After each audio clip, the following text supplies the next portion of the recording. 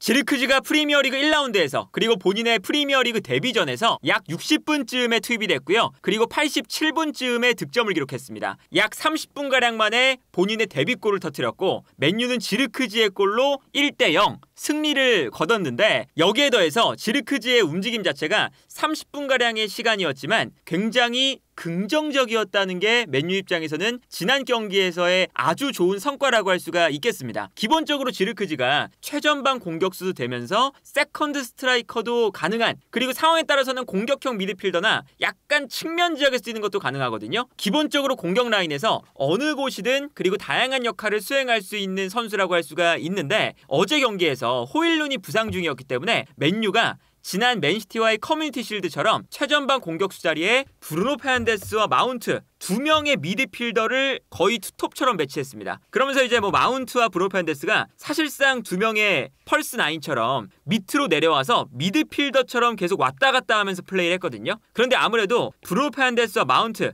이 두 명의 선수가 공격수가 아니라 미드필더다 보니까 플럼이 수비 라인을 촘촘하게 만들었을 때, 이 좁은 공간에서 볼을 받을 때 피지컬적으로 버텨주는 힘이 기본적으로는 부족하다는 게 어쩔 수 없이 느껴졌었죠. 근데 여기서 지르크즈가 투입이 되는 순간 맨유의 공격이 조금 더 활성화가 되기 시작하는데, 지르크즈가 마운트와 교체되면서 지르크즈가 최전방 공격수 자리에 있었고요. 브루노 페르난데스가 약간 밑에서 공격형 미드필더의 역할을 수행을 했습니다. 그런데 여기서 일단 지르크즈가 좁은 공간 안에서 볼을 잡았을 때 피지컬이 좋은 선수다 보니까 이 안쪽으로 볼을 건네줬을 때 지르크즈가 볼을 받아서 버텨주는 플레이를 하기 시작했어요. 그러다 보니까 지르크즈가 이 안쪽에서 볼을 받았을 때 브루노 페르난데스가 달려들면서 지르크즈가 떨어뜨려준 볼을 받을 수 있는 이러한 여유가 생기는 거거든요. 그러니까 예를 들면 브루노 페르난데스가 혼자서 이 안쪽에서 볼을 받을 때는 그대로 수비수들에게 둘러싸이면서, 그리고 후방에서 올라오는 볼을 브루노 페르난데스가 내려오면서 받으니까 골대를 등지면서 상대 수비의 몸싸움을 버텨내야 됐죠. 그런데 기본적으로 지르크즈가 앞에 있다 보니까 지르크즈가 앞쪽에서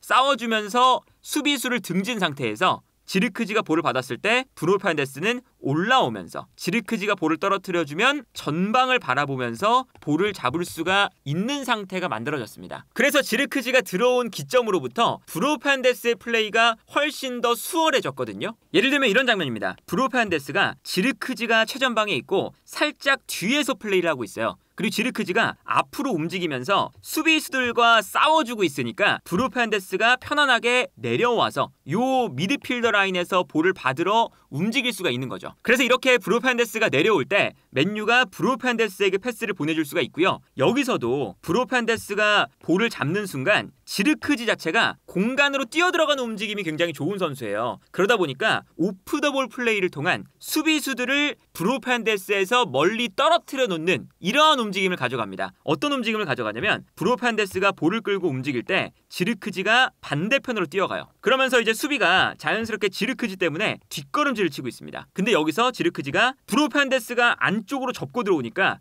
이번에는 측면으로 돌아뛰기 시작합니다. 그래서 수비수들이 뒤로 물러나는 동시에 브루노 페르난데스는 안쪽으로 볼을 몰고 들어오는데 자연스럽게 지르크즈를 따라가게 되는 거거든요. 그래서 브루노 페르난데스는 편안하게 안쪽으로 접고 들어올 수가 있습니다. 그래서 이 다음 장면을 보면 지르크즈가 수비를 끌고 들어가니까 브루노 페르난데스가 접고 들어올 수 있고, 여기서 이제 슈팅할 수 있는 찬스를 맞이하는, 그리고 여기서 슈팅을 가져갔지만 사실 슈팅을 가져가지 않고 패스를 보내줄 수 있는 이러한 상황도 자연스럽게 만들어지는 거잖아요. 이 장면 자체가 지르크즈가 앞에서 싸워주고 있기 때문에 브루노 페르난데스가 수비수의 등을 지지 않고 전방을 바라보면서 플레이를 할 수 있다라는 장면을 보여주는 장면이었어요. 이 장면도 전방에서 볼이 떨어지는 순간 지르크즈가 빠르게 달려들면서 일단 요 경합 상황에서 이겨내면서 순간적으로 지르크즈가 볼을 받아서 옆에 있는 브루노 페르난데스에게 볼을 떨어뜨려줍니다. 그리고 브루노 페르난데스가 지르크즈가 수비수랑 싸워주면서 볼을 떨어뜨려주니까 자연스럽게 전방을 바라보면서 볼을 가져갈 수가 있는 거거든요. 그런데 여기서도 지르크즈가 브루노 페르난데스한테 패스를 보내줬을 때 수비가 순간적으로 브루노 페르난데스에 쏠리니까 지르크즈가 달려나가면서 다시금 브루노 페르난데스에게 리턴 패스를 받습니다. 이런 움직임 자체도 굉장히 좋았죠. 그리고 여기서 지르크즈가 볼을 잡았을 때 수비수들이 빠르게 달려오고 있고 그리고 전방에 패스를 줄 수 있을 만한 공간이 그렇게 마땅히 없으니까 지르크지가 여기서 수비수들이 달려올 때 지르크지가 여기서 턴 동작을 한번 가져가면서 경기의 템포를 한번 늦춥니다. 그러면서 이제 상대 수비수들이 지르크지 때문에 일단 가운데로 들어가 있는 상태죠. 그리고 여기서 지르크지가 볼을 받아서 편안하게 백패스를 하고요. 백패스를 한 다음에 여기서의 움직임도 좋은데 패스를 주고 본인은 다시 공간을 찾아서 움직여요. 그러다 보니까 이 공간으로 이번엔 리산드로 마르티네스가 지르크지에게 패스를 보내줍니다. 계속 이제 지르크지를 통해서 볼이 왔다 갔다 하는 걸 볼 수가 있죠. 그리고 이 공간에서 지르크지가 좋은 공간을 찾아 들어가다 보니까 이 공간도 어떻게 찾아 들어갔냐면 브루노 페르난데스가 측면으로 빠지니까 수비가 끌려 나오는 것을 보고 지르크지가 가운데 있다가 이 공간으로 들어가는 거거든요. 그래서 이 좋은 공간으로 들어가니까 리산드로 마르티네스가 좋은 킥력을 활용해서 패스를 찔러줄 수 있는 찬스가 생깁니다. 그리고 아무래도 지르크지가 좋은 공간에서 볼을 받다 보니까 자연스럽게 지르크지가 볼을 받을 때 수비수들이 지르크지에게 쏠리고 있어요. 근데 그 순간 지르크지가 여기서 욕심을 부리지 않고 패스를 받아서 다시 리턴 패스를 내줍니다. 그러니까 측면으로 빠져 있었던 브루노 페르난데스에게 자연스럽게 지르크지에게 수비가 쏠리면서 공간이 발생을 해요. 그러다 보니까 지르크지에게 볼을 건네받은 카세미루가 브루노 페르난데스에게 전환 패스를 넣어줄 수가 있는 상황이 나오는 거죠.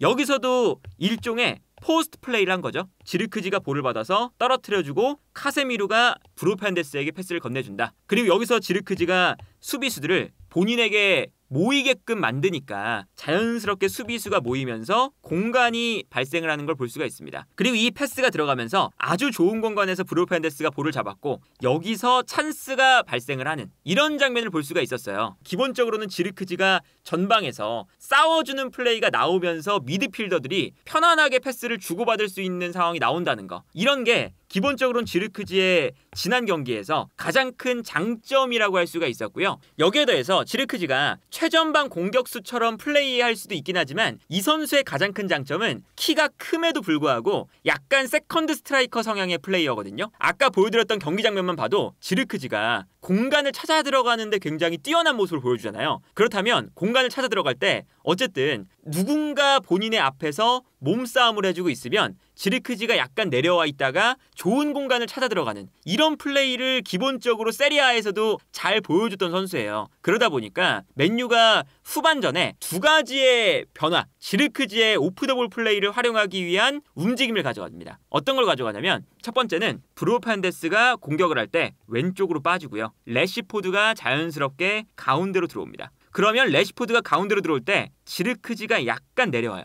그러면서 사실상 최전방 공격수가 래시포드, 그리고 지르크지가 밑에서 볼을 받아서 연계 플레이도 해주고요. 그리고 래시포드에게 수비가 순간적으로 쏠릴 때 지르크지가 공간을 찾아서 뛰어들어가는 이런 플레이도 하기 시작합니다. 그래서 이런 장면이 나오게 되는 거죠. 브루노 페르난데스가 측면으로 빠져 있고요. 이때 래시포드가 최전방으로 움직이고 있어요. 그리고 지르크지가 살짝 내려오고 있는 장면을 볼 수가 있죠. 그리고 지르크지가 이렇게 내려와서 연계 플레이를 굉장히 잘해주거든요. 그러다 보니까 지르크지가 여기서 내려가면서 수비수들이 지르크지를 순간적으로 바라보고 있습니다. 그 순간 브루노 페르난데스가 측면에 빠져 있다 보니까 측면 지역에서 패스를 뿌려주는데 이때 래시포드가 최전방에 있다가 지르크지의 뒷공간으로 뛰고요. 이 뛰어들어가는 래시포드를 보면서 브루노 페르난데스가 스루 패스를 찔러주는 거죠. 그래서 이 다음 장면을 보면 지르크지가 수비를 끌고 내려오고 이때 래시포드가 공간으로 침투하고 그 순간 브루노 페르난데스가 패스를 측면에서 찔러주는 이 장면이 물 흐르듯이 나오는 것을 볼 수가 있었습니다. 그래서 지난 경기에서 이 지르크지가 최전방에 나왔을 때 자연스럽게 스위칭이 되는 맨유의 공격적인 동선 자체가 어느 정도는 체계적으로 잡혀있다고 볼 수가 있었어요. 브루노 페르난데스가 측면으로 빠지면 지르크지가 내려오고 이때 래시포드가 올라가면서 래시포드가 달려나갈 수 있는 공간을 활용하고 그리고 지르크지가 내려오면서 수비를 끌어내는 움직임이 나오고요. 여기에 대해서 브루노 페르난데스가 약간 측면으로 빠지면서 래시포드의 공간을 채워주는 동시에 측면에서 뛰어들어가는 래시포드에게 혹은 래시포드에게 수비가 쏠리면 지르크지에게 찔러줄 수 있는 찬스가 생긴다. 여기에 더해서 지르크지의 움직임을 도와주는 것 플러스 후반전에 마이누 대신에 마지막에는 맥토미니가 나왔죠. 근데 이 맥토미니가 보통 후반전에 득점이 필요할 때 나오게 되는데 맥토미니와 지르크지의 호흡도 좋을 것이라는 예상이 될 수밖에 없거든요. 어떤 거냐면 공격을 할 때 맥토미니가 올라가는 편이죠. 특히나 페널티 박스 안으로 들어가면서 마치 공격수처럼 싸워주는 플레이에 맥토미니가 장점이 있잖아요. 그러다 보니까 후반전 막판에 맥토미니가 투입이 되면서 페널티 박스 안의 숫자가 늘어나면서 득점이 나오는 이런 장면이 많죠. 그런데 지르크지에게 이 맥토미니의 플레이가 매우 도움이 많이 됩니다. 지르크지가 아까 말씀드린 것처럼 세컨드 스트라이커 자리에서 공간이 났을 때 공간을 찾아 들어가는 플레이를 잘하는 선수이기 때문에 맥토미니가 들어오는 순간 공격을 할 때 래시포드도 달려나가고 맥토미니도 달려나가요. 그러면 자연스럽게 지르크지가 찾아갈 수 있는 공간이 나오게 되는 거죠. 이런 장면에서 일단 지난 경기 데뷔골이 터졌습니다. 이 장면이었죠. 이 장면에서 아까 말씀드렸던 첫 번째 변화, 래시포드가 가운데로 들어가고 브루 펜데스가 측면으로 빠지는 순간 래시포드가 수비를 끌고 들어가기 때문에 지르크지가 내려와서 이 공간에서 패스를 받을 수가 있습니다. 그러다 보니까 브루 펜데스가 측면에서 볼을 끌고 올라올 때 가운데로 내려오고 있는 지르크지에게 패스를 보내줄 수 있는 찬스가 생겼어요. 그래서 이 다음 장면을 보면 내려오고 있는 지르크지에게 래시포드가 수비수를 끌고 들어가고 있으니까 브루 펜데스가 패스를 건네줍니다. 그리고 여기서 지르크지가 공격형 미드필더처럼 중간에서 연결고리가 되면서 볼을 받아서 반대편으로 넘겨주거든요. 근데 그 순간 또 어떤 모습이 나오냐면 전 장면에서 맥토미니가 조금씩 올라오고 있다가 지르크지가 내려오는 순간 지르크지의 앞쪽으로 뛰어가요. 그래서 브루 펜데스의 패스를 받았을 때 이미 맥토미니가 전방으로 뛰어나가고 있습니다. 그리고 지르크지가 측면으로 패스를 건네주면서 여기서부터 이제 공격이 시작이 되는 건데 앞쪽에 맥토미니가 뛰어나가고 있고 래시포드가 전방으로 뛰어나가고 있습니다.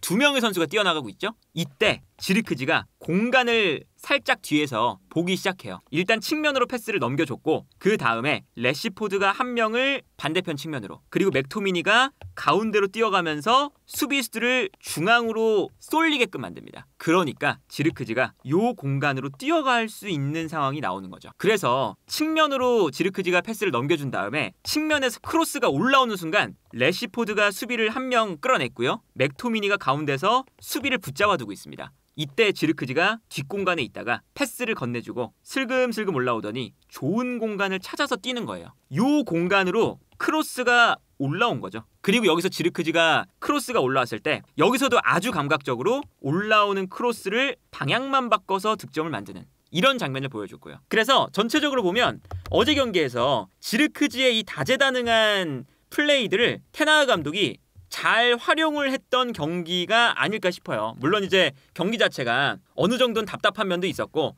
맨유가 아직까지는 100%가 아니구나. 사실 어제 못 이길 가능성도 높았던 경기잖아요. 경기의 흐름을 생각을 해보면. 그리고 결정적인 찬스도 풀럼 쪽에서도 어느 정도 나왔었고 그러긴 했지만 이 지르크지가 후반전에 나오면서 분위기가 바뀌고 후반전의 지르크지의 활약 속에 그리고 지르크지의 장점을 맨유가 잘 활용하는 전술 속에 지르크지가 득점을 하면서 이겼다라는 것에 어제 경기 맨유가 매우 긍정적인 요소가 있지 않았나 싶고요. 호일룬이 지금 부상인 상태에서 약 6주가량 부상으로 알려져 있는데 호일룬이 빠진 상태에서 이제 점점 더 지르크지를 원톱으로 사용하는 전술이 나올 거거든요. 지르크지가 이제 지난주에 트레이닝을 합류를 했기 때문에 일주일밖에 지금 훈련에 참여를 못했어요. 그러다 보니까 점점 더 출전 시간을 늘려나가야 되는데 첫 경기부터 지르크지, 래시포드, 브루 펜데스, 맥토미니 이런 선수 간에 뭐 지르크지의 포스트 플레이를 활용하기도 하고 지르크지의